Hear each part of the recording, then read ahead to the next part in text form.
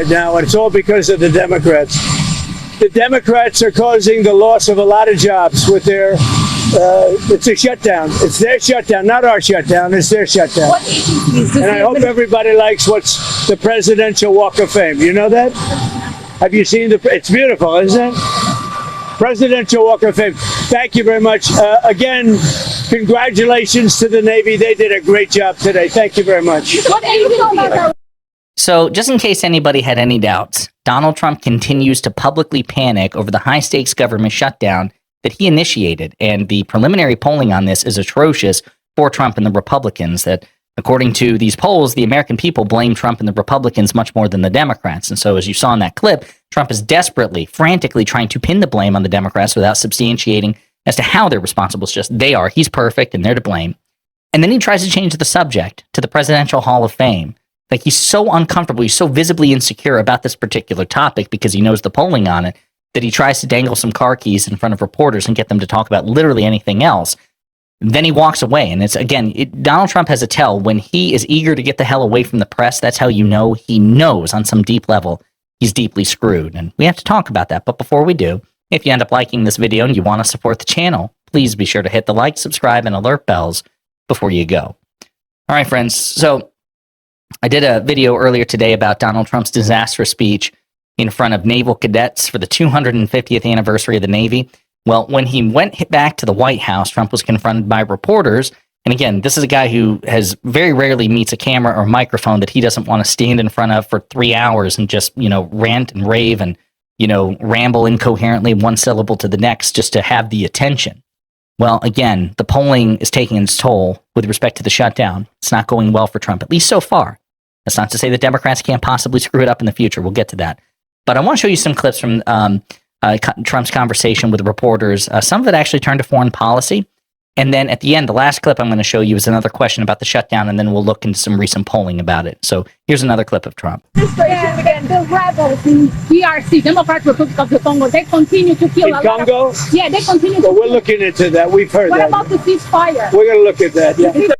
So what's interesting about this is Trump has been saying for weeks, I'm basically solving world peace, okay? Like, I've got like 7, 8, probably like 12 ceasefires and things of that nature. It's all me. And yet, we're already seeing one that he's trying to take credit for already start to fall apart. As The Hill reports, Trump's peace hopes for Rwanda and Congo face threats. So as The Hill reports, Donald Trump's top officials are raising alarm that violence on the ground in eastern Congo is outpacing U.S. efforts to implement a peace deal to end 30 years of conflict between the Democratic Republic of Congo and Rwanda.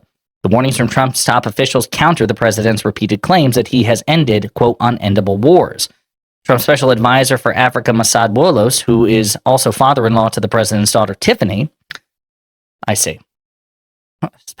Special advisor for Africa, Masad Boulos, who is also father-in-law, to the president's daughter, Tiffany, conceded last week that fighting had not ended and more work was needed to follow through on the U.S. brokered peace agreement between Congo and Rwanda. So again, you can tell Trump's like, not want to talk about it. Yeah, we're looking into it. Next question, because he knows this undermines his very public claims that he's basically, not only the most ideal recipient of the Nobel Peace Prize, which is something he desperately wants. He wants this feather in his cap, but it also just undermines his public claims, makes him look like an idiot who's prematurely declaring peace when he has nothing to show for it. And that's Donald Trump in a nutshell, prematurely claiming things economically, diplomatically, militarily, domestically, that has not yet manifested itself in terms of results.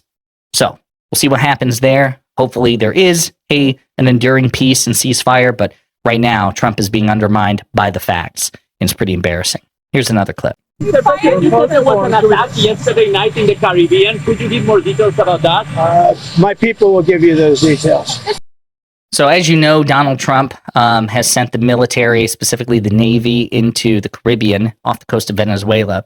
And apparently he's just been attacking Venezuelan boats, not ships, not naval vessels, but like fishing boats, speedboats, in 3 or 4 incidents using like naval destroyers and other, assets. It's insane because he's violating both domestic and international law. He says, well, I'm vaporizing drug smugglers and drug traffickers. Number one, we don't know that that's the case. We don't know that the drug traffickers or smugglers. Number two, even if they were, they're still entitled to due process and civil liberties because they're not enemy combatants. You're supposed to interdict and arrest drug traffickers. He's not doing that. He's just unilaterally killing them.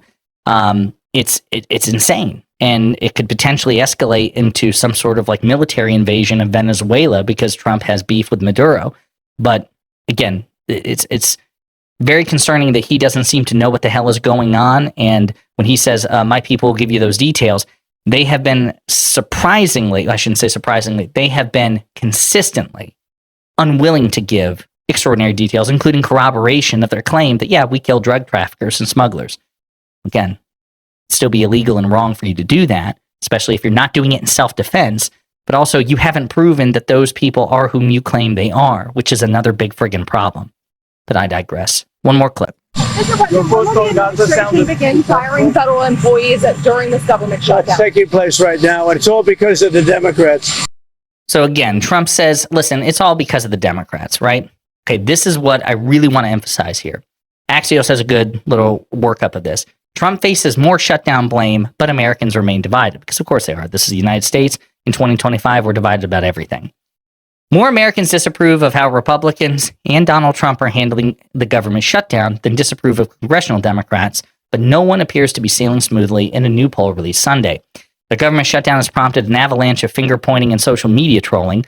Americans appear divided on who should shoulder the blame, though several recent polls had showed that more think the onus is on the GOP. The majority of Americans, however, are at least somewhat concerned by a shutdown's effect on the economy, the military, federal employees, and a range of other issues, according to a CBS News YouGov poll conducted at the beginning of the month, October.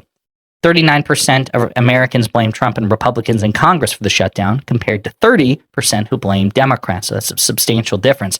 Another 31% said both sides share the blames equally. Okay, so let's see. Over half of Americans disapprove of how Trump is handling the shutdown. 52% also disapprove of how congressional Republicans are handling the shutdown, with 49% disapproving of congressional Democrats. Just 23% say Republican positions are worth having a shutdown over. Democrats aren't far ahead, with just 28% saying their positions warrant a shutdown. On both questions, 32% said they weren't sure. Okay, but again, either way, Democrats are coming out ahead. Asked what issues the shutdown was over, 36% said healthcare, the centerpiece of the Democrats' argument. So that's also good news for the Democrats. Right now, knock on wood, despite the enormous asymmetry in the media landscape, Democrats are currently winning the messaging war. A recent poll from KFF found the majority of Democrats, independents, and Republicans, so 92, 82, and 59% respectively, support extending the enhanced tax credits that Democrats demand be included in any government funding deal. So when you look at the actual demands, everyone's like, yeah, what the Democrats are asking for, that's good shit. We support that. So this is really bad news for Trump, and part of the reason why he's publicly panicking over this shutdown. Now, historically speaking, Republicans have shouldered the blame for most government shutdowns because they trigger most government shutdowns. And so it says something that even though Trump is in power now, the majority of Americans are basically saying, Trump has the greater, Trump, you need to be the one. We're making deals with Democrats to keep the government open. The fact that the government isn't open is your fault. And what Democrats are asking for may or may not be worth a shutdown. Certainly it's more worth a shutdown compared to what you Republicans want.